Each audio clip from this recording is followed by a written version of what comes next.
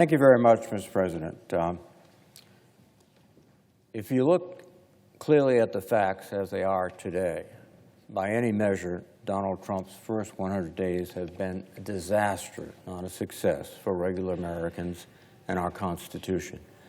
His administration has been marked by mismanagement, poor leadership, prickly egos, and policies that punch down rather than offer a hand up.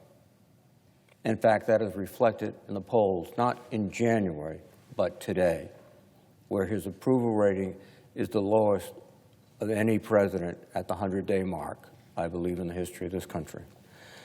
And as a result of these policies, America's economy and our standing in the eyes of our allies has fallen significantly. He's granted Elon Musk free rein to enter any federal agency and ferret through the data and files and personal information of every American citizen. In my impression of Mr. Musk, he doesn't do anything unless there's a profit connected to it. Musk and Doge are rifling through IRS and Social Security records. Meanwhile, Americans can't get their questions answered about their Social Security benefits because Mr. Musk and Doge and President Trump have cut staff and administrative funding. They even tried to cut the phone lines for basic services, and Trump officials just laughed it off. Secretary of Commerce Howard Lutnick, a billionaire, which is not unusual in the Trump circle, said on a podcast, quote, "Let's say Social Security didn't send out their checks this month. My mother-in-law, who's 94, she wouldn't call and complain. She just wouldn't. She'd think something got messed up and she'll get it next month. Now, a fraudster always makes the loudest noise, screaming, yelling, and complaining." Well, that's very easy for a billionaire and his family to say. I don't think they would miss their Social Security check. But for working Americans who depend on Social Security, their retirement benefits, their disability benefits, just to make ends meet, to have food on the table, they certainly miss the delay of a Social Security check. And it's not just the Social Security Administration. We also know President Trump has purged federal employees by the thousands without regard for their job performance or the importance of their work. Everything that exists, from the office that runs the LIHEAP program to the National Weather Service to the National Nuclear Security Administration. LIHEAP is essential to my constituents in the wintertime. That's how they stay warm. That's how they are able to live. The National Weather Service is renowned for its incredibly accurate and detailed and scientifically based forecast. In fact, we all depend upon it. And I'm told particularly farmers in the Midwest, because if you're trying to figure out the day to plant your crops, you better know what the temperature is going to be in the morning and at noontime and in the evening. And the National Nuclear Security Administration is critical to protecting our nuclear weapons and developing them. And I was in the airport in Providence, Rhode Island, and a young woman came up to me and said, "Excuse me, Senator, but 5 days ago, I was fired from the NNSA because I was a provisional worker.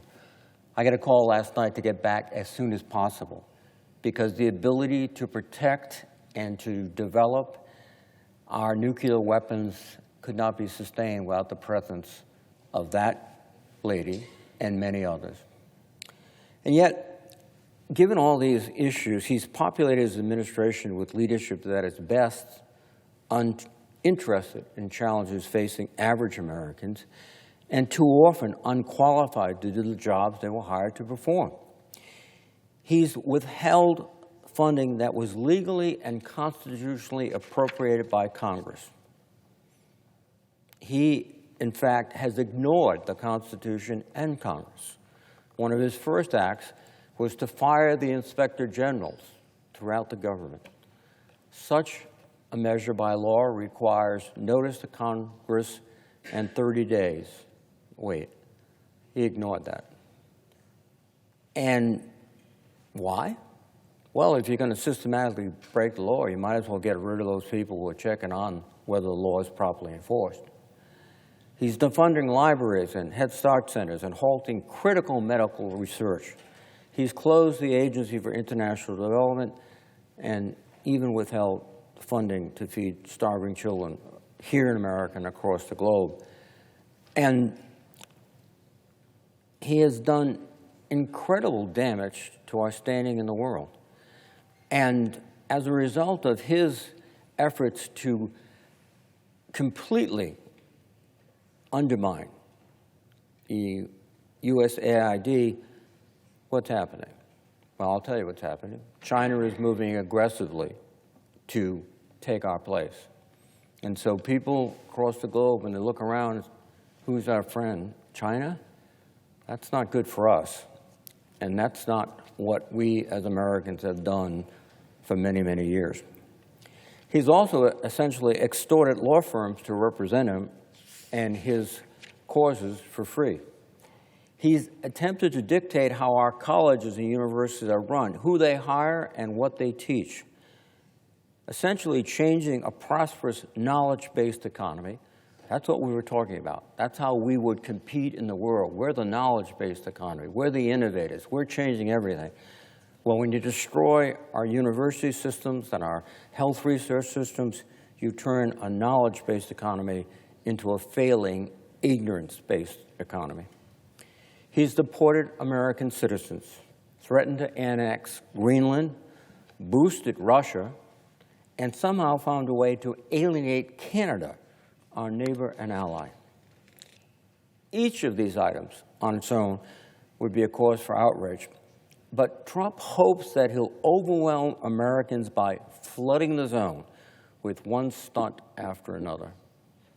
But the inescapable fact is that his policies are hurting the American people, and they see it. Not last January at the inauguration, but today, when they're looking at prices that are still too high, when they're evaluating his promise of ending inflation the first day and solving the Ukrainian crisis in the first day. They see it in the prices they pay at the grocery store, in cost of a new car or a new home. And Mr. President, sadly, it looks like it's going to get worse for American families.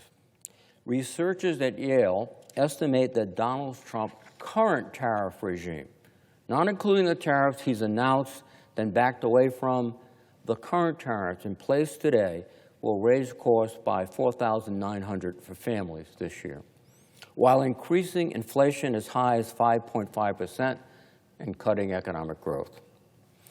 Other analysts project new car prices will rise by as much as $12,000 and new home prices by more than $9,000.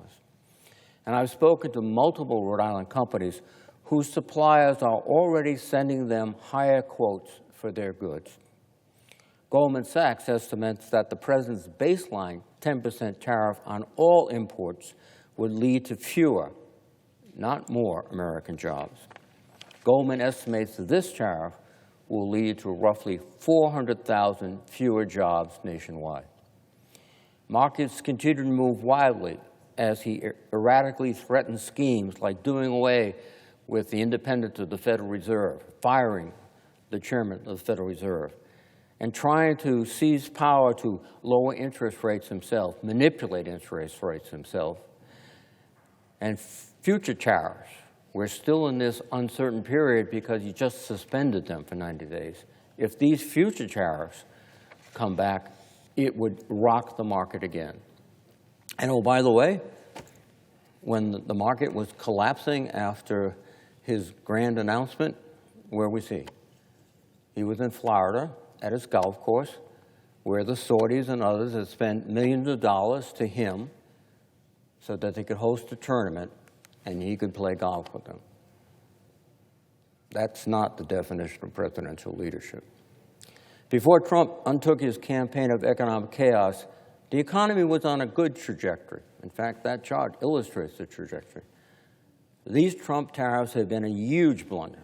Instead of implementing a thoughtful policy-making process to boost key domestic manufacturing, the president has chosen a blunt, blanket tariff approach. In doing so, he has treated allies like enemies and driven global partners into the arms of China. What we're seeing now and what we will experience in the coming months, higher prices for families, fewer jobs, smaller retirement accounts, and a weaker economy. And it's entirely on the shoulders of the president. It is a self-inflicted wound on the economy and the American people. But it appears that the president isn't done. He wants a big, beautiful bill. And what is in that big, beautiful bill? Big cuts for Medicaid and SNAP, which feeds children and disabled Americans, and big giveaways to the billionaires that finance his campaign and populate his administration.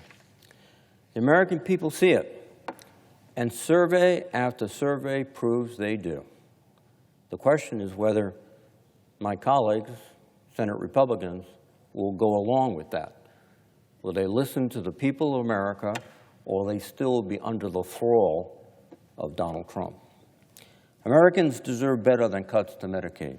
They deserve an economy headed upwards, not backwards, and they deserve a president who respects the Constitution and the rule of law that made our society and our economy the shining city on the hill, as President Reagan once said. Mr. President, the first 100 days of chaos and self-inflicted damage must end. It's time for America's business leaders and congressional Republicans to stand up and join us all in saying enough is enough. With that, Mr. President, I would yield the floor, and I would note the absence of quorum.